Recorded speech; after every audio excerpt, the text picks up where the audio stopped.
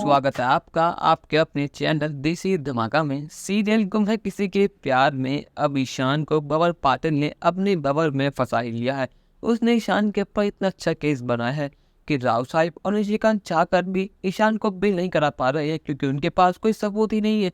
इससे साबित हो जाए कि ईशान उस रात उस लड़की के साथ था ही नहीं। सिर्फ और सिर्फ एक सभी ही है जो ये गवाही दे सकती है कि ईशान सर पूरी रात उसके साथ थे। पर लेकिन अगर वो ऐसा कहेगी तो सब लोग उसे गलत समझेंगे और ईशान ऐसा नहीं चाहता, तो उसने सभी के मदद से बिल्कुल इनकार कर दिया। उसने फैसला कर लिया चाहे उसके संग कुछ भी हो, पर लेकिन इस मैटर में वो सभी को इन्वॉल्व नहीं करने वाला।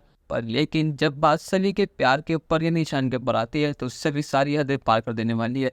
उसको पता लग चुका है कि ये सब किया धरा और किसी का नहीं, बबर पाटिल और उस लड़की सोनू किया धरा है। बबर पाटिल ने उसे अच्छे खासे पैसे ऑफर किए थे ताकि वो ये सब कर सके और ईशान सर को फंसा सके।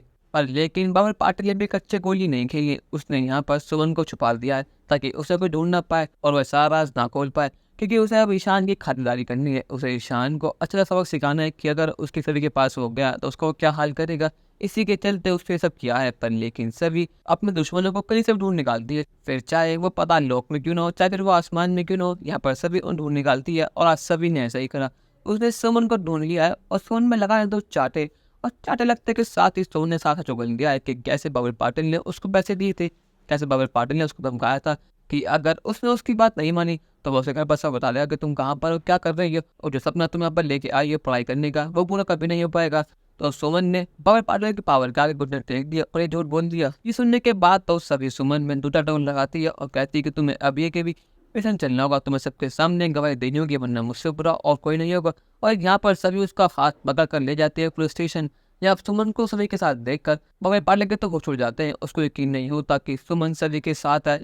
पाटिल के चेहरे का रंग बिल्कुल उड़ चुका है। उसको बताया कि उसका टाइम अब आ चुका है, अब सुमन सब बोलने वाली है। यहाँ पर राव साहब जिनमें निशिकांत भी वही होते हैं, और जब वो देखते हैं कि सभी ने वो काम कर दिखाया जो उनसे नहीं हो पाया, उसने सुमन को ढूंढ लिया है, तो राव साहब के चेहरे पर एक खुश आ जाती है कि फाइनली सभी ने कुछ अच्छा काम करा है। सभी कहते हैं कि सुमन तुम्हें सबके सामने सच उगलना होगा, वरना मुझसे बुरा और कोई नहीं होगा। और जहाँ पर सुमन ऐसा ही करती है, वो सबके सामने गवाही देती है कि मैंने जो कुछ भी करा पैसों के लिए करा, मुझे किसी ने पैसे दे दे ताकि मैं झूठ बोल सकूँ। ईशान सर ने कुछ भी नहीं करा, वो तो रात के बाद चली गई थी, वो वापस कभी नहीं आई। पर लेकिन मैंने ये झूठ जानबूझकर पैसों के लिए बोला ताकि मैं उनका नाम खराब कर सकूं। आप सर कहते हैं कि आखिर वो कौन था जो तुझे पैसे दिए, मुझे उसका नाम बता, मैं उसको जीना मुश्किल कर दूंगा। बस तू इसका नाम बता दे वो था कौन, मैं उसको छोड़ूंगा नहीं।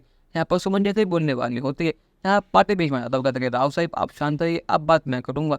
अब जो सुमन जी मिल चुकी है तो मैं उससे पूछूंगा अब इस केस की इन्वेस्टिगेशन होगी, क्योंकि क्या पता जो कुछ भी इन्होंने कहा वो प्रेशर आगे करा, क्योंकि सभी चीज जिसे हाथ में लेके आई है उनसे साफ पता लग रहा है कि ये बहुत ज़्यादा डरी हुई है। और यहाँ पर मैं अभी ईशान सर को बेल पर दया कर रहा हूँ कुछ देर के लिए, पर लेकिन अगर अपनी बात से पलटती है या फिर बात झूठ निकलती है तो ईशान सर को फिर जेल आना होगा, और हमसे बुरा उस समय कोई नहीं होगा। यहाँ पर सभी ने ईशान को मुसीबत से निकाल लिया। अब और पार्टी का राज आज खुलते खुलते रह गया, पर क्या पार्टी का राज खुल पाएगा नहीं? अपनी राय हमें कमेंट में जरूर बताइएगा और चैनल को नहीं सब्सक्राइब तो कर लीजिए। धन्यवाद।